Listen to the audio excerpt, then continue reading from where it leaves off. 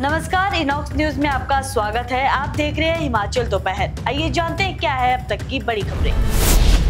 गतिरोध के बीच आगे बढ़ा राज्य निर्वाचन आयोग, चुनाव सामग्री का वितरण शुरू। 4 बिजली मीटरों पर घरेलू उपभोक्ताओं को मिल सकती है सब्सिडी। स्कॉलरशिप घोटाले के मुख्य आरोपी अरविंद की जमानत याचिका खारिज। जीओआईटी के 300 नए पद सृजित, समान संख्या में पुराने पद होंगे समाप्त। गाद से गिरी बीएसएल झील, खेतों की उत्पादकता घटी, किसानों की बड़ी चिंता। आइए जानते हैं अब खबरें विस्तार से।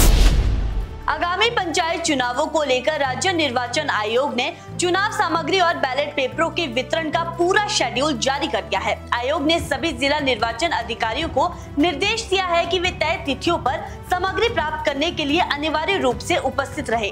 राज्य निर्वाचन आयोग के सचिव के अनुसार चुनाव सामग्री का वितरण 24 नवंबर से शुरू होगा। शेड्यूल के अनुसार पहले दिन किन्नौर, लाहौल स्पीति, केलांग और कुल्लू जिलों के अधिकारियों को सामग्री उपलब्ध करवाई जाएगी। 25 नवंबर को सिरमौर और ऊना, 26 नवंबर को शिमला, 27 नवंबर को कांगड़ा, 28 नवंबर को मंडी, 29 नवंबर को सोलन और चंबा जिलों को सामग्री वितरित की जाएगी। इसके बाद 1 दिसंबर को बिलासपुर और हमीरपुर के अधिकारियों को चुनाव सामग्री सौंपी जाएगी। सभी अधिकारियों को सुबह 10 बजे कच्ची घाटी स्थित मुद्रण एवं लेखन विभाग कार्यालय में मौजूद रहने के निर्देश दिए गए हैं।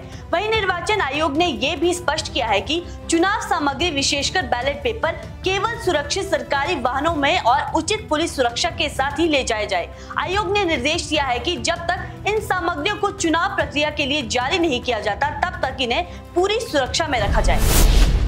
हिमाचल प्रदेश में घरेलू बिजली उपभोक्ताओं को राहत मिलने की उम्मीद बढ़ गई है। राज्य सरकार ने बिजली बोर्ड को मौजूदा सब्सिडी प्रस्ताव में संशोधन कर नया ड्राफ्ट तैयार करने को कहा है। पहले प्रस्ताव में केवल 2 घरेलू मीटरों पर सब्सिडी देने की बात थी, लेकिन अब सरकार इसे 4 मीटरों तक बढ़ाने पर विचार कर रही है।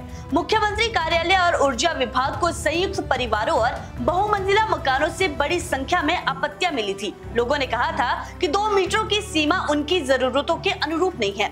ऊर्जा विभाग का कहना है कि सब्सिडी का उद्देश्य केवल वास्तविक घरेलू उपभोक्ताओं को लाभ देना है, जबकि कई शिकायतें आवासीय मीटरों के व्यावसायिक उपयोग की भी मिली थी।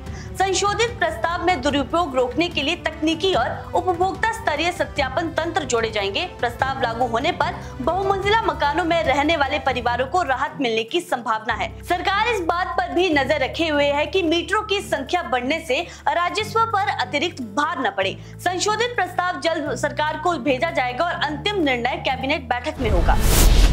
हिमाचल प्रदेश के बहुचर्चित प्री मैट्रिक और पोस्ट मैट्रिक स्कॉलरशिप घोटाले से जुड़े मनी लॉन्ड्रिंग मामले में मुख्य आरोपी अरविंद राष्ट्र को कोर्ट से कोई राहत नहीं मिली है। विशेष न्यायाधीश की अदालत ने उनकी नियमित जमानत याचिका को सख्त टिप्पणी के साथ खारिज कर दिया है। कोर्ट ने साफ कहा कि सिर्फ 1 साल से ज्यादा समय तक हिरासत में रहना जमानत का आधार नहीं बन सकता, खासकर तब जब आरोप बेहद गंभीर हो। ईडी की जांच से सामने आया कि अरविंद राष्ट्र ने शिक्षा विभाग की स्कॉलरशिप शाखा में तैनाती के दौरान फर्जी दस्तावेजों के जरिए भारी भरकम स्कॉलरशिप राशि जारी करवाई। आरोप है कि उन्होंने अपनी पत्नी और अन्य सहयोगियों के साथ मिलकर कई शेल कंपनियां बनाई और करोड़ों रुपए को अलग अलग माध्यमों से छिपाया। घोटाले की जड़ें 2013 से 2018 के बीच फैली हुई है, जब कई निजी संस्थानों ने SC, ST और OBC छात्रों के नाम पर फर्जी दस्तावेज लगाकर स्कॉलरशिप की रकम हड़प ली।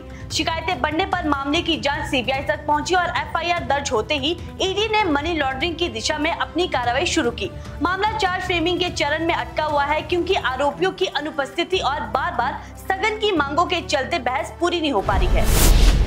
हिमाचल प्रदेश सरकार ने भर्ती निदेशालय को सशक्त बनाते हुए जूनियर ऑफिस असिस्टेंट के 300 नए पदों के सृजन को मंजूरी दे दी है। ये सभी पद जॉब ट्रेनिंग कैटेगरी में भरे जाएंगे। वहीं वित्तीय संतुलन बनाए रखने के लिए सरकार अन्य विभागों में कार्यरत JOAIT के 300 पद समाप्त करेगी। इस संबंध में सभी विभागों को आवश्यक कोडल फॉर्मेलिटीज जल्द पूरा करने के निर्देश भी जारी किए गए हैं। इसमें स्वास्थ्य, शिक्षा एवं अनुसंधान में 52 पद, कृषि उपज एवं मार्केटिंग बोर्ड में 49, ग्रामीण विकास में 63 और पशुपालन विभाग में 40 पद शामिल है। इसके अलावा HP स्टेट इंफॉर्मेशन कमीशन, तकनीकी शिक्षा, परिवहन विभाग, DC ऑफिस मंडी और DC ऑफिस शिमला समेत कई अन्य महत्वपूर्ण विभागों में भी पद आवंटित किए गए हैं। इसी के साथ अब हिमाचल प्रदेश में ग्रुप C श्रेणी के समान पदों पर भर्ती केवल भर्ती निदेशालय के माध्यम से ही की जाएगी।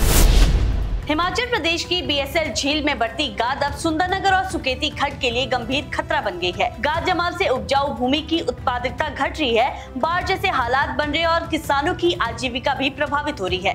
सुंदरनगर डेवलपमेंट प्रोग्रेसिव फोरम के अध्यक्ष उमेश गौतम के अनुसार ये सिल्ट बीएसएल परियोजना और भाखड़ा बांध की क्षमता पर भी असर डालने लगी है। फोरम ने बीबीएमबी पर लापरवाही का आरोप लगाया है। उनका कहना है कि 3 ड्रेजर लगातार चलने के बावजूद झील में लाखों टन गाद जमा है। निकाली गई गाद को खड्डों में फेंकने से जल स्रोत, खेत और पर्यावरण को नुकसान हो रहा है। सुप्रीम कोर्ट द्वारा सीमित अवधि के लिए दी गई गाद निष्कासन अनुमति का भी प्रभावी उपयोग नहीं हो पा रहा है। फोरम ने सिल्ट आधारित स्टार्टअप मॉडल भी प्रस्तावित किया है, जिसमें गाद से ईंटें, ब्लॉक और मृदा सुधारक उत्पाद बनाए जा सकेंगे।